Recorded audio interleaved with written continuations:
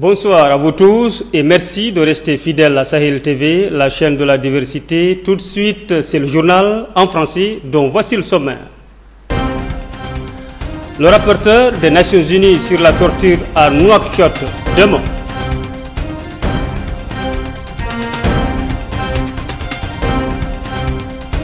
Rues et espaces publics sont à nouveau envahis par les garages au Hexar.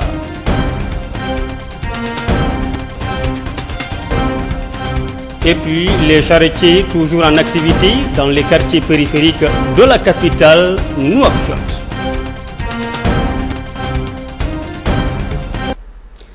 Bienvenue à vous tous dans ce journal. Yohan Mendez, expert indépendant des Nations Unies sur la torture, effectue une visite dans notre pays à partir de demain, 25 janvier, au 3 février 2016.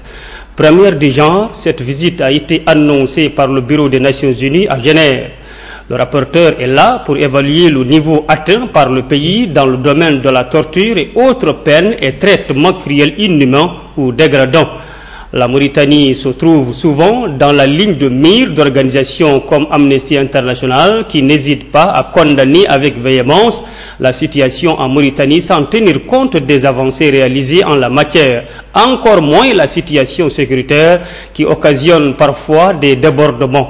À la veille de son arrivée dans la capitale, le rapporteur spécial Yohan Mendez a déclaré, je le cite, « Ma tâche principale est d'engager un dialogue avec les dirigeants et les acteurs clés afin d'aider les autorités à faire respecter l'état de droit, à promouvoir la lutte contre l'impunité pour les abus commis, à enquêter sur les allégations de torture et mauvais traitements, à poursuivre leurs auteurs et à respecter le droit des victimes à une indemnisation. Je vais aussi œuvrer pour que les deux nouvelles lois sur la prévention et la répression de la torture et sur la mise en place d'un mécanisme national de prévention qui ont été votées par le Parlement et promulguées au journal officiel en septembre 2015 soient mises en application dans le respect du droit international. Signalons que la Mauritanie est signataire de la Convention internationale sur la torture, qu'elle a adopté plusieurs textes pour réprimer l'utilisation de la torture et bannir les mauvais traitements dans toutes les procédures. Le gouvernement a même décidé la création d'un organe dédié à mettre fin à l'impunité en la matière. On ne s'attendait pas à un retour en force de ces garagistes qu'on a fait déguerpir il y a plus d'un an. Aujourd'hui, l'Hexar a retrouvé son visage d'avant assainissement. Cette campagne qu'avaient lancée les autorités appartient au passé maintenant. Fatimé Toussaoudaina a visité les lieux. Il y a plus d'un an, le quartier du Hexar, placé sous la responsabilité des gendarmes et de l'armée nationale, fut entièrement dégagé. Les vieilles carcasses de voitures qui jongeaient les rues ont disparu. Les cadavres d'animaux, les flaques d'eau ont été eux aussi renvoyés ailleurs pour laisser place à des rues dégagées, délivrées de toute puanteur. C'est que les hommes qui avaient la tâche de réhabiliter les lieux n'y sont pas allés de main morte. L'armée était engagée dans le combat de la propreté. Selon cet habitant des lieux, cette campagne vient à point nommé. Mais cette propreté dont ils jouissent aujourd'hui va-t-elle continuer? Ils l'espèrent en tout cas. Mais le seul hic, d'après ses propos, sont ces garagistes et ces vendeurs de pièces détachées qui salissent à tout bout de champ les lieux sans se soucier des habitants qui vont finir un jour par quitter leur propre maison. Les habitants d'Hexar ont vivement salué cette campagne à l'époque. Dieu merci, on respire à présent. On ne pouvait guère parler, on ne peut que remercier les autorités. Pour ce geste, il faut qu'on nous donne un numéro sur lequel appeler à chaque fois que quelqu'un verse des déchets. Pourvu que cette propreté dure, on respire enfin. On retrouve aujourd'hui le décor d'antan. Les garagistes ont fait leur grand comeback sans oublier les flaques d'eau, les déchets, pour ne citer que cela. Et les populations en pâtissent lourdement. Outre les ordures nauséabondes qu'elles dégagent, elles constituent des nids de mouches et autres larves qui infestent les maisons. L'Hexar n'échappe pas à cette situation qui se traduit par la propagation de nombreuses pathologies, posant ainsi de multiples problèmes de santé publique. L'huile déversée, la rouille, les déchets peuvent provoquer plusieurs maladies tel le syndrome de l'appareil respiratoire. Seul nourrir sa famille intéresse ces mécaniciens aux risques et périls des habitants du quartier, en mettant en avant qu'il n'a pas un autre endroit pour réparer sa voiture, que c'est à la communauté urbaine de Nouakchott de s'occuper des déchets qu'ils laissent derrière eux. La propreté est l'affaire de tous. Chacun, à son poste, participe à maintenir son espace de travail. Le contenant compte parfois autant, si ce n'est plus, que le contenu. Avoir des locaux propres et bien entretenus a un double impact sur la vie d'une société. C'est un reportage signé Fatimetou Soudeina. 5 ministres mauritaniens se trouvent actuellement aux Émirats arabes unis pour participer au séminaire d'évaluation des investissements des pays du Golfe dans notre pays. Les ministres des Affaires économiques, de l'énergie et des mines, de la pêche, de l'agriculture et de l'élevage sont accompagnés d'une importante délégation qui comprend le président de la zone franche de Nouadhibou et de nombreux hommes d'affaires. Il y a 2 ans, Nouakchott accueillait les investisseurs arabes pour sensibiliser sur les opportunités d'investissement en Mauritanie. Malgré tout le travail fait jusqu'à présent, le niveau des investissements reste en deçà des attentes des Mauritaniens. Malgré la mise en service de l'Aftou et Sahali et la réfection des canalisations, les populations continuent de faire appel aux charretiers pour leur approvisionnement en eau potable. C'est un reportage de Alia Abbas Cheikh Al-Hadrami. En attendant de meilleurs réseaux de conduction d'eau de la SNDE, les populations qui vivent dans les quartiers périphériques de Nouakchott achètent chaque jour des barriques d'eau. En effet, le commerce de la vente d'eau représente un véritable gagne-pain pour plusieurs personnes. Même si ce travail peut être contraignant physiquement et pas rentable, les vendeurs font des va-et-vient entre les points d'eau et les domiciles de leurs clients. Ces derniers, déterminés à survivre, travaillent de 8 heures jusqu'aux dernières lueurs du crépuscule, 7 jours sur 7. Malgré leur présence imposante et les bruits qu'il y a autour d'eux, comme les coups de gueule des automobilistes qui pour la plupart estiment qu'ils n'ont pas leur place sur les rues. Les conducteurs de charrettes et leurs ânes participent à l'activité socio-économique du pays. On est habitué aux encombrements dans les points d'eau, ce qui n'est pas le cas de ce point d'eau à 5e et où l'insalubrité ne manque pas.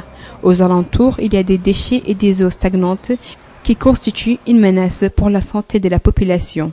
La plupart de ces personnes qui achètent cette eau se plaignent. Ils n'ont guère le choix. Pour survivre, ils boivent cette eau au péril de leur vie. On a tous les problèmes du monde. Nos enfants tombent malades souvent. On n'a pas le choix. On va mourir de soif si on ne boit pas de cette eau. On javelise évidemment l'eau. Malgré cela, les enfants ont la diarrhée. Ces populations continuent d'espérer qu'ils auront directement accès à l'eau potable un de ces jours. En attendant, le meilleur moyen pour détruire les germes comme les bactéries, les virus et les parasites est de faire bouillir l'eau ou simplement la javeliser pour plus de sécurité. Ali Abbas, merci beaucoup. Et puis, après ce journal, vous pouvez suivre un magazine d'information. Ce magazine réalisé par Maïmouna Salek enquête sur le jardin maraîcher de Nouakchott. Et pour en savoir plus, avant la diffusion du magazine, nous recevons justement sur le plateau la journaliste qui l'a réalisé. Bonsoir, madame. Bonsoir. Vous allez bien, vous êtes à l'aise? Oui, je suis à l'aise, mais je ne suis pas seule. Je suis la journaliste, mais Mohamed aussi, Hamdi, était avec moi et c'est lui qui a pris les photos. Surtout, c'est le grand travail. Donc nous sommes 2. Alors, pourquoi cet intérêt pour le jardin maraîcher de Nouakchott, Maïmouna? Alors, cet intérêt parce que d'abord, je suis une fille de Nouakchott. J'ai grandi ici, j'ai connu ces jardins lorsqu'ils étaient encore beaux, fréquentables. Je venais avec mes parents pour acheter les légumes et les fruits. Parce que aussi, le sort de ces palmiers me préoccupe, comme le sort de toute ma ville. Mais, à vrai dire, le déclic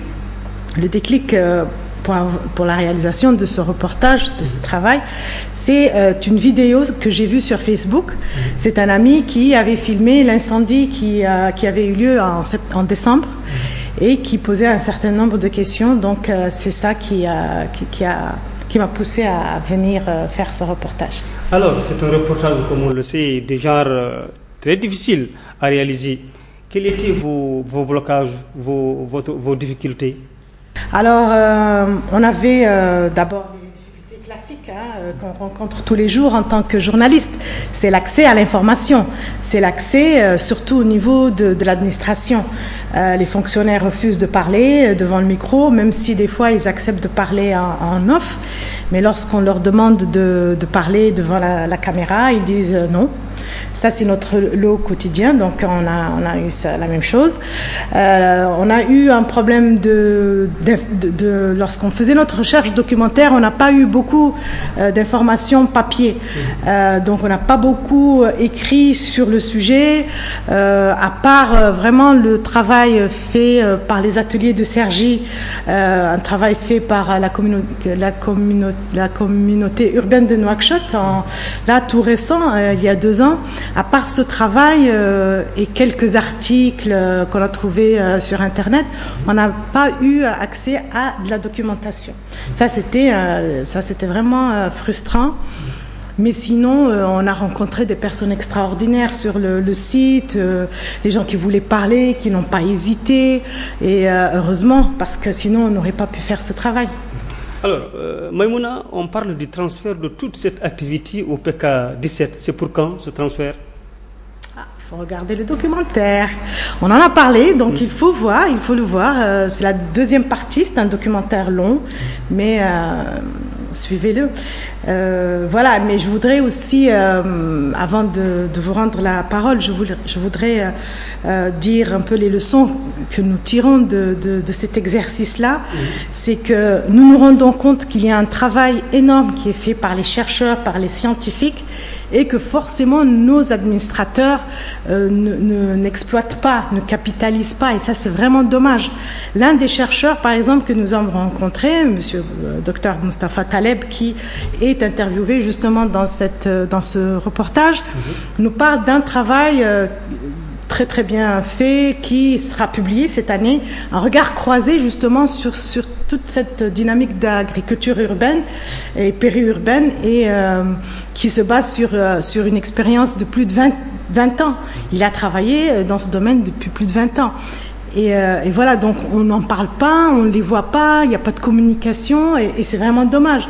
Parce que je pense que si tout le monde travaille ensemble, si l'administration travaille avec les chercheurs, avec les populations, on pourrait obtenir des résultats extraordinaires, des solutions pour cette ville en pleine mutation. Merci Maïmouna Salek, merci beaucoup d'avoir accepté notre invitation et bonne continuation. C'est sur ce, nous clôturons bien sûr ce journal, nous mettons terme à ce journal dont voici le rappel des titres. Le rapporteur des Nations Unies sur la torture à Nouakchott demain.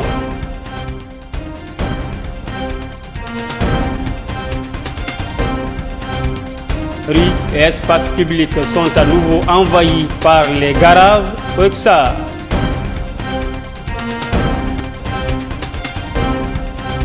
Les charretiers toujours en activité dans les quartiers périphériques de Nouakchott.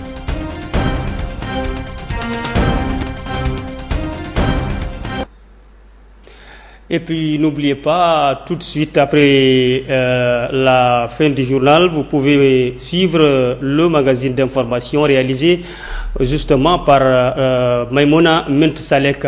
Merci de rester fidèle à Sahel TV. Passez des bons moments en compagnie de nos programmes. Bonsoir à toutes et à tous.